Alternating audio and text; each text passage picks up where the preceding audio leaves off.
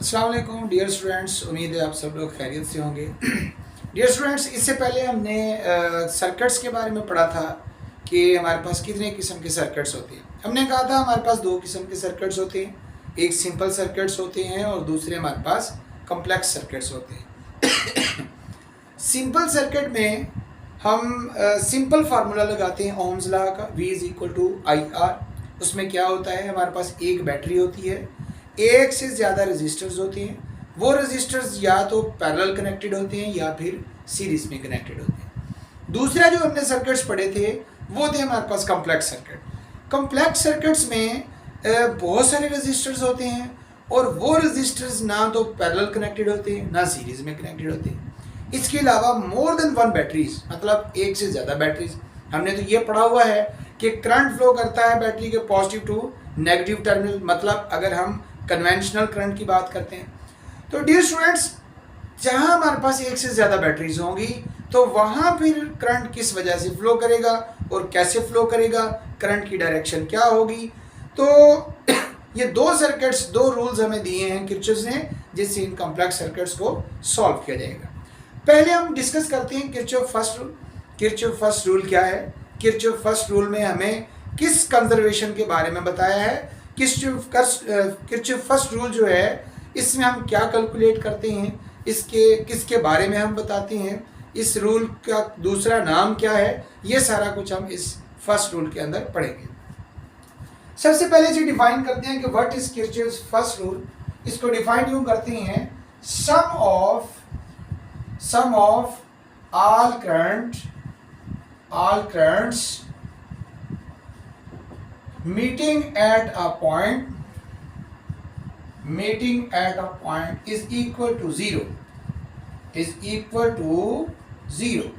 Sum of all currents meeting at a point is equal to zero. कि हमारे पास अगर एक पॉइंट पर बहुत सारे करंट्स जो है वो मीट कर रहे हैं, बहुत सारे करंट्स जो है वो इकट्ठे हो रहे हैं, तो हमारे पास sum of currents that is equal to zero. Sum of current zero के बराबर हो जाएगा। इसके बाद अब हम एक ऐसा ही कम्प्लेक्स सर्किट्स जो है वो कंसिडर करेंगे। हम कंसिडर कर लेते हैं कि ये हमारे पास एक सर्किट है जो कि रेजिस्टेंस पर कंसिस्ट करता है। ये आपके पास रेजिस्टेंस आ गई, एक और आपके पास दूसरी रेजिस्टेंस ये आ गई, तीसरी रेजिस्टेंस आपके पास ये आ गई और ये आपके पास आ गई चौथी रेजिस्टेंस। ये चार रेजिस्टर्स हैं। इस रेजिस्टर में से जो करंट फ्लो कर रहा है इसको हम I1 से रिप्रेजेंट कर देते हैं।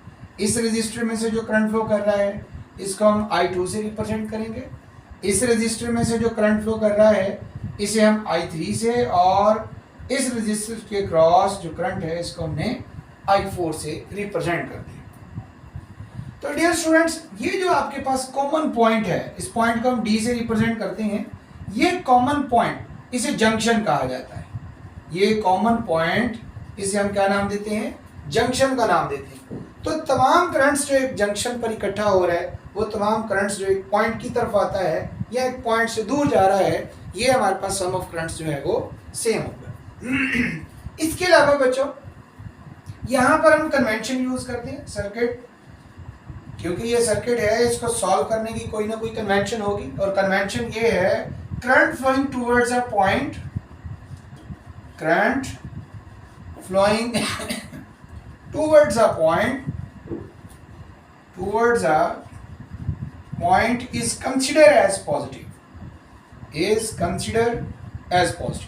अब जो करंट एक पॉइंट की तरफ जाएगा उसको हम पॉजिटिव कंसिडर करेंगे। मतलब कि आपके पास I1 भी पॉजिटिव होगा और I2 भी पॉजिटिव होगा, क्योंकि ये करंट जो है एक पॉइंट की तरफ जा रहा है, मूविंग टूवर्ड्स अ पॉइंट, एक पॉइंट की तरफ जा रहा है। इसीलिए हमने क्या किया, इस करंट को पॉजिटिव कंसीडर किया।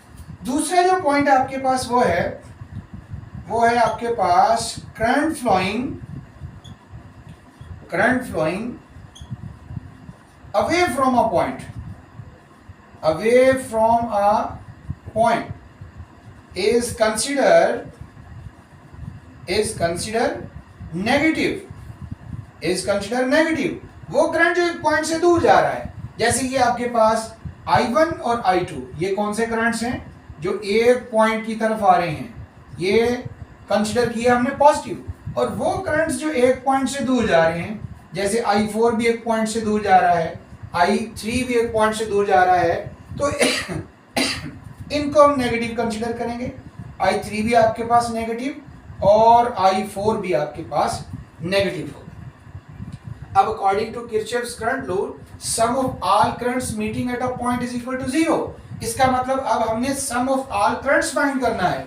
हम इन सब करंट्स को सम कर लेते हैं।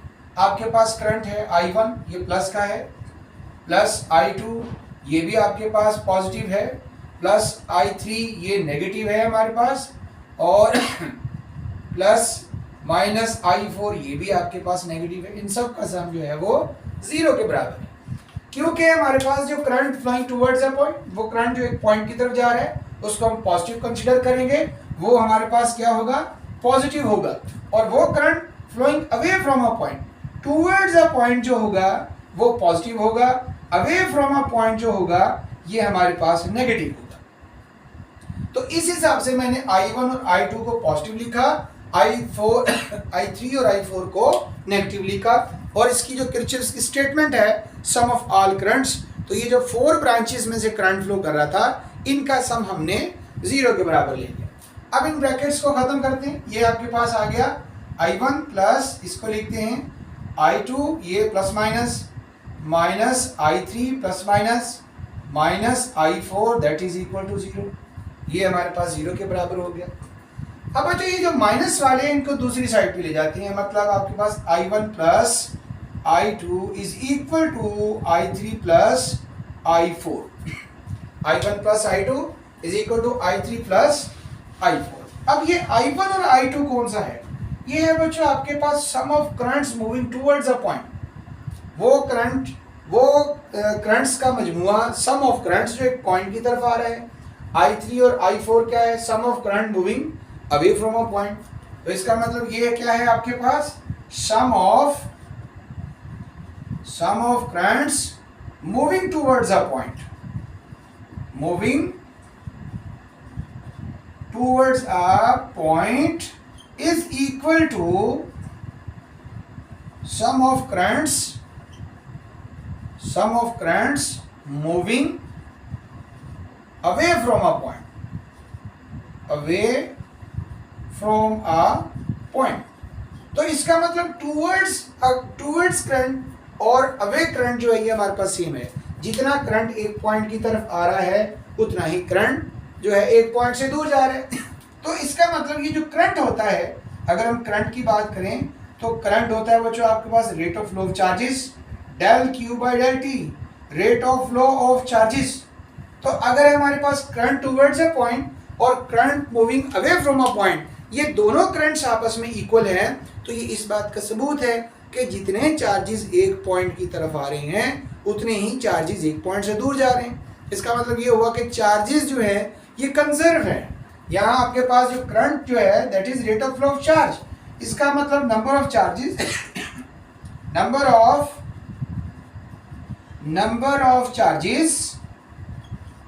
number of charges moving towards a point,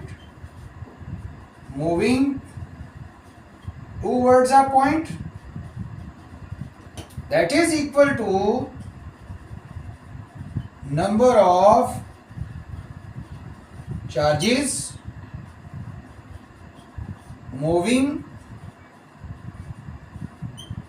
away from a point। तो जितने चार्जेस एक पॉइंट की तरफ आ रहे हैं उतने ही चार्जेस एक पॉइंट से दूर जा रहे हैं। इसका मतलब ये हुआ कि हमारे पास ये जो किरचॉफ्स फर्स्ट रूल है, it is according to law of conservation of energy,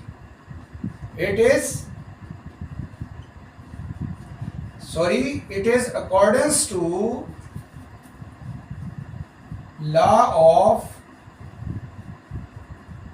of conservation of charge, accordance to law of conservation of charge। ये law of conservation of charge के बिल्कुल एन मुताबिक है। जितने चार्ज एक पॉइंट की तरफ आ रहे हैं उतने ही चार्जेस एक पॉइंट से दूर जा रहे हैं। इसका मतलब ये हुआ कि किरचॉफ्स फर्स्ट रूल के अंदर हमारे पास जो चार्ज है ये कंजर्व रहेगा। इसी वजह से बच्चों इसको हम जो आपके पास किरचॉफ फर्स्ट रूल है, हम कहते हैं Kirchhoff first rule is according to law of conservation of charge. ये हमारे पास क्या है, law of conservation of charge के एन मुताबिक है। इसके अलावा बच्चों क्योंकि करंट एक पॉइंट की तरफ आता है और एक पॉइंट से दूर जाता है, इसलिए किरचॉफ फर्स्ट रूल को हम पॉइंट रूल का भी नाम देते हैं। Kirchhoff first rule is also known as point rule, Kirchhoff first rule is also known as current rule. इसको पॉइंट रूल भी कहा जाता है, इसको करंट रूल भी कहा जाता है। किरचॉफ फर्स्ट रूल तो ये है। बच्चों ऐसा कब होता है कि जब हमारे पास एक पॉइंट से आने वाला करंट और उस पॉइंट से दूर जाने वाला करंट जो है वो आपस में सेम होते हैं। ऐसा तब होता है जब आपके पास if no source and sink, जब आपके पास सोर्स नहीं है, जब हमारे पास सिंक नहीं है, मतलब वैसे तो हम ये पढ़ते हैं कि अगर हमारे पास ये रेजिस्टर है, इसको बैटरी से जोड़ा है, ये बैटरी का पॉजिटिव टर्मिनल, ये नेगेटिव टर्मिनल, तो ये चार्ज यहाँ से मूव करते हुए पॉजिटिव से स्टार्ट होंगे और नेगेटिव पे आके एंड हो जाएंगे। तो ये जो स्टेटमेंट है current flowing towards a point is equal to current flowing away from a point, ये उस वक्त एप्लीकेबल होगा जब हमारे पास सोर्स और सिंक जो है वो नहीं होंगे, पॉजिटिव नेगेटिव टर्मिनल जो है वो नहीं होंगे। तो ये बच्चों हमारे पास था किरचॉफ फर्स्ट रूल, जिसमें हमने ये पढ़ा कि sum of currents meeting at a point is equal to zero, या फिर हमने पढ़ा sum of current moving towards a point is equal to sum of current moving away from a points. Conservation of charge होता है, जितने charges एक point की तरफ आते हैं उतने ही चार्जेस एक पॉइंट से दूर जाते हैं। टुवर्ड्स अ पॉइंट जो हमारे पास करंट होगा इसको पॉजिटिव कंसिडर किया जाएगा और moving away from a point इस करंट को हम नेगेटिव कंसिडर करेंगे। Dear students, Kirchhoff second rule क्या है और किरचॉफ सेकंड रूल के अंदर हम किस कंजर्वेशन की बात करते हैं, किरचॉफ सेकंड रूल को किस तरह से ड्राइव किया जाएगा, उसमें कौन सी कन्वेंशंस हैं, इंशाल्लाह ये हमारे नेक्स्ट लेक्चर में आपको मिलेगा। तो आपसे गुजारिश है कि हमारे चैनल को लाइक भी करें, सब्सक्राइब भी करें और शेयर भी करें। बहुत शुक्रिया, अल्लाह हाफिज़।